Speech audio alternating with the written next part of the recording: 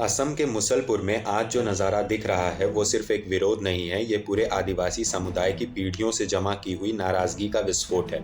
हजारों आदिवासी चाय बागान मजदूर और छात्र संगठन बौथोगुरी से बद्री मंदिर मैदान तक मार्च करते हुए एसटी स्टेटस, भूमि पट्टा और मजदूरी बढ़ोतरी की मांग कर रहे हैं। भीड़ के नारे साफ कह रहे हैं, नो एसटी नो रेस्ट। अब बात सिर्फ गुजारे की नहीं, सम्मान की है। सबसे बड़ी बात यह है कि यह गुस्सा सीधे बीजेपी सरकार और मुख्यमंत्री हेमंता बिस्वा शर्मा की तरफ है, क्योंकि आदिवासी समुदाय का आरोप है कि शर्मा सरकार ने पिछले कई सालों में बस वादों का ढेर लगाया है, लेकिन जमीनी काम लगभग शून्य रहा है। चाय बागान मजदूरों की मजदूरी बढ़ाने की बात बार बार हुई, लेकिन आज भी वो ऐसे वेतन पर काम कर रहे हैं जिसमें इंसान जैसे जीना मुश्किल है।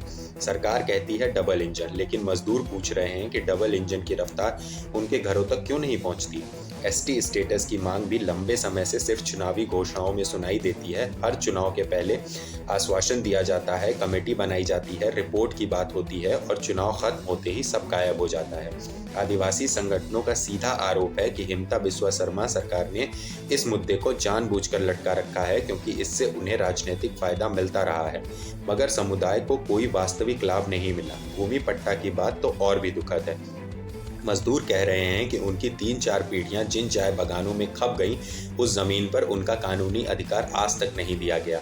सरकार सिर्फ घोषणाएं करती है, फोटो खिंचवाती है, लेकिन जमीन पर 1 इंच भी बदलाव नहीं दिखता। यह वही समुदाय है जिसकी मेहनत की वजह से असम की चाय दुनिया भर में मशहूर है, और आज भी वही लोग सबसे ज्यादा असुरक्षित जीवन जी रहे हैं। मुसलपुर की रैली साफ चेतावनी दे रही है कि अगर 2026 चुनाव से पहले एसटी स्टेटस, वेतन बढ़ोतरी और भूमि अधिकार पर ठोस फैसला नहीं हुआ तो बीजेपी सरकार को आदिवासी वोट बैंक हाथ से खिसकता हुआ दिखेगा। भीड़ में मौजूद कई लोग खुलकर कह रहे हैं कि अब भरोसे पर वोट नहीं मिलेगा, अब सिर्फ रिपोर्ट कार्ड पर वोट मिलेगा।